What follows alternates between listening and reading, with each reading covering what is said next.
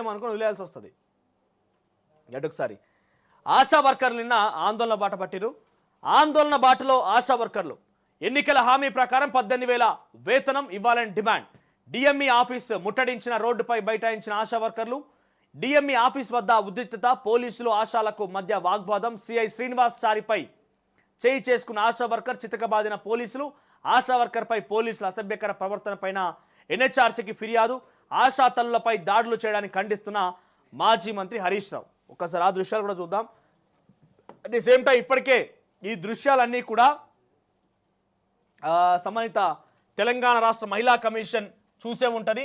డెఫినెట్గా మహిళా కమిషన్ ఈ అధికారిని పిలిచి ఏం జరిగిందో వివరణ తీసుకోవాలి. తప్పకుండా ఆయన విచారించాలి, వివరణ తీసుకోవాలి.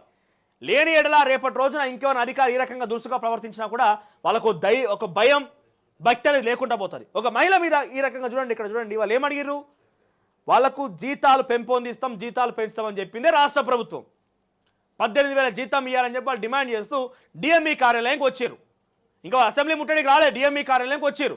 వాళ్ళు నిరసన తెలుపుతున్నారు. రోడ్డు పైన బైఠాయించి నిరసన కార్యక్రమాన్ని వ్యక్తపరుస్తున్నారు. ప్రభుత్వం దృష్టికి తీసుకెళ్లేందుకు వాళ్ళ ప్రయత్నం వాళ్ళు చేస్తున్నారు. ఈ సమయంలో నిజంగానే అక్కడ వాళ్ళు శాంతి భద్రతల విఘాతం కలిగిస్తున్నారు, వాళ్ళు రోడ్డుపై బైఠాయించడం తప్పు అనిపిస్తే మహిళా కానిస్టేబుల్ ఉన్నారు, వాళ్ళని నచ్చజెప్పి వాళ్ళని కన్విన్స్ చేసి వాళ్ళు ఏం చెప్తున్నారు అంటే వాళ్ళ మహిళలు చెప్పే ప్రకారంగా చూస్తే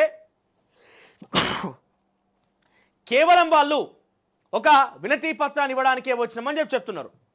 డిఎంఈ కార్యాలయానికి పోయి వినతి పత్రం ఇవ్వడానికి వచ్చినటువంటి ఆ మహిళల్ని ఇంత దురుసుగా ప్రవర్తించాలనా? వాళ్ళ చేయి బట్టి లాగడాలు, వాళ్ళ ఇక్కడ చూడండి చీర లాగుతుండండి, ఇక్కడ ఎంత దుర్మార్గం చూడండి. ఇక్కడ ఆ అధికారి ఎంత దుర్మార్గం ఇది. అయితే వీళ్ళు ఏం చెప్తున్నారు, పోలీసు వాళ్ళు, ప్రభుత్వం ఏం చెప్తున్నారు అంటే ముందుగా ఈ మహిళ సిఐపై చేయి చేసుకున్నారు. ఒకసారి ఆ వీడియో కూడా చూద్దాం. ఎందుకు చేయి చేసుకోవాల్సి వచ్చింది? ఆ మహిళని ఆ రకంగా వాళ్ళు చెప్పే ప్రకారం చూస్తే పశువుల్లాగా, ఒక మేకలు కోళ్ళు ఏ రకంగా అయితే మనం ఆ ట్రాన్స్పోర్ట్ తరలిస్తామో అట్లా ఇష్టానుసారంగా మహిళలను వరేసి కాళ్ళు ఏళ్ళు ఏం చూడకుండా ఈ డోర్ వేసే ప్రయత్నం చేస్తారు. ఒకసారి చూడండి, అది కూడా చూపిస్తా. ఆ డోరు ఆ రకంగా వేసే ప్రయత్నంలో భాగంగా ఆ మహిళకి కాలు నొప్పి పుట్టి చేయి చేసుకోవాల్సి వచ్చింది. అక్కడ ఈ డోర్ మీరు చూడండి, ఇక్కడ ఈ పోలీస్ అధికారి ఆ డోర్ని లాక్ చేసే ప్రయత్నం చేస్తున్నాడు. అక్కడ ఆ మహిళ కాలు ఉంది, రైట్. ఆమె ఆ నొప్పిని భరించలేక ఏంది అని చెప్తే వింటలేరు, ఆ గొడవల్లో హడావిడిలో వింటలేరు కాబట్టి అదిగో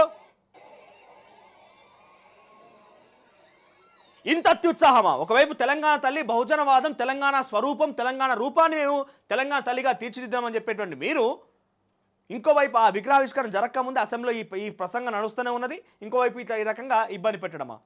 డెఫినెట్గా తెలంగాణ మహిళా కమిషన్ ఈ దృశ్యాలను చూసే ఉంటుంది. మీకు సుమోటోగా తీసుకోవచ్చు, ఈ విషయాల్ని సుమోటోగా స్వీకరించి ఆ ఏసీపీ శంకర్ పైన, సుల్తాన్ బజార్ ఏసీపీ శంకర్ పైన ఏం చర్యలు తీసుకుంటారో తీసుకోవాలి.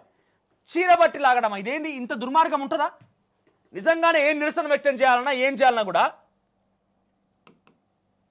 ఇంత దుర్మార్గం. మహిళా కానిస్టేబుల్ పక్కన ఉన్నారు కదా, నిజంగా నచ్చజెప్పి వాళ్ళని కన్విన్స్ చేసి పంపించాల్సింది. చూడండి, ఫస్ట్ పోయో కానిస్టేబుల్ కొడతాడు ఆయన్ని, తర్వాత ఈ ఏసీపీ ఏమో చీర లాగుతాడా? మీరు చేయి చేసుకోవడం ఏంటి? మీ ఇంట్లో ఓ తల్లి ఓ చెల్లిన విషయం మర్చిపోయిరా? ఒక్కసారి ఈ దృశ్యాలను చూపించి, మీరు ఒక పోలీసు ఉన్నతాధికారి అయితే కావచ్చు, ఒక్కసారి దృశ్యాలని మీ ఇంట్లో ఆడబిడ్డలు చూపించండి, వాళ్ళు ఏం చెప్తారో సమాధానం చూద్దాం ఒకసారి. మహిళల మీద మీరు చేయి చేసుకోవడం నాకు అర్థం కాదు. లాగి పడేయడము, పశువులను గల పంపించినట్టుగా పంపిస్తున్నాడు.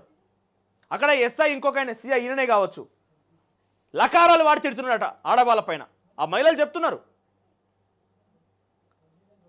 ఇంకేదో అంటే రాజకీయం అనుకోవచ్చు. మరి ఇక్కడ రాజకీయం ఏం కనబడుతున్నది మీకు? రాజకీయం కనబడుతున్నదా?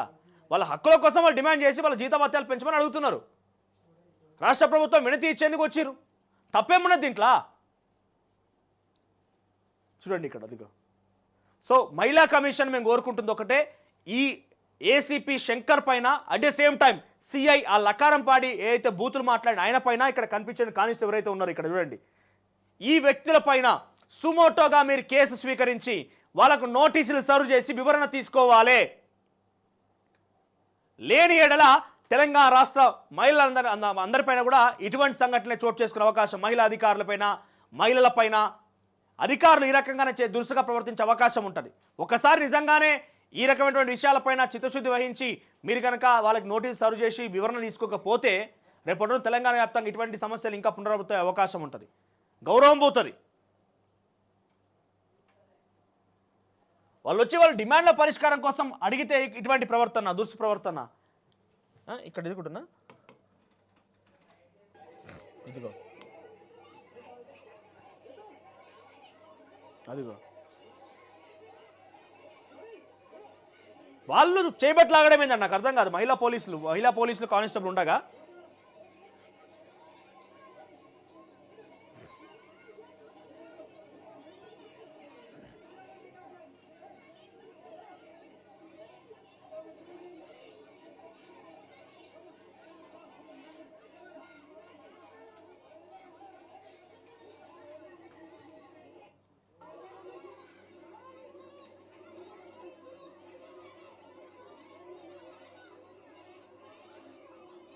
సరే మీరు ఇక్కడ క్రౌడ్ కంట్రోలింగ్ రాలేదు, ఇంకా మహిళా పోలీసులు డిప్లాయ్ చేసుకోవాల్సింది, వాళ్ళని నెమ్మదించాల్సింది. లేదంటే అధికారులు ఇక్కడ తీసుకొచ్చి మీ సమస్య ఏంటమ్మా వినతి ఇచ్చిపోని మీ పరిష్కారం చేస్తామని చెప్పి సామరస్యంగా చెప్పాల్సింది. మీరు డైరెక్ట్గా ఇన్వాల్వ్ అయిపోయి దాడి చేయడం ఏంది? ఇక్కడ వాళ్ళు నిరసన మేము తప్పుపడతలేదు, మీరు కంట్రోల్ చేసే విధానం తప్పుపడతలేదు, మీరు చేయి చేసుకోవడం తప్పు. ఇక్కడ మీరు చేయి చేసుకోవడం ముమ్మాటికి తప్పు. సో ఈ విషయాన్ని ఇప్పటికే రాష్ట్ర ప్రభుత్వం దృష్టికి పోయి ఉంటుంది. ఒకసారి మహిళా కమిషన్ కూడా ఈ విషయంపైన ఆలోచన చేసి ఆ అధికారులకి నోటీసులు సర్వ్ చేస్తారా, లేకుంటే వాళ్ళ నుంచి వివరణ తీసుకుంటారా? వాళ్ళకి డెఫినెట్గా వాళ్ళ నుంచి వివరణ తీసుకొని వాళ్ళకి తగినటువంటి చర్యలు తీసుకోకపోతే తెలంగాణ సమాజం మొత్తం కూడా క్వశ్చన్ చేయాల్సి వస్తుంది. అట్ ది సేమ్ టైం మీకు ఉన్నటువంటి ఉన్నతమైనటువంటి ఆ విచక్షణ అధికారులను ఉపయోగించి మీరు అధికారులపైన ఏం చర్యలు తీసుకుంటారో తీసుకోవాలి. అప్పుడైతేనే తెలంగాణ సమాజంలో ఇంకేదైనా అటువంటి మహిళలపైన జరిగినటువంటి ఘటనలు ఏవైతే ఉన్నాయో అవి తగ్గే అవకాశం ఉంటుంది. లేదంటే ఇటువంటి ఘటనలు ఈరోజు ఈ అధికారిని ఏం చేయకపోతే ఇంకో అధికారి ఇంకొకటి అంటాడు, ఇష్టారీతిన పోవాల్సి వస్తుంది. ఎవరికి వాళ్ళు విచక్షణరహితంగా ప్రవర్తిస్తారు. ఇట్లనే చూద్దాం, డెఫినెట్గా ఆ సిచ్యువేషన్ ఉంటుంది. ఎందుకంటే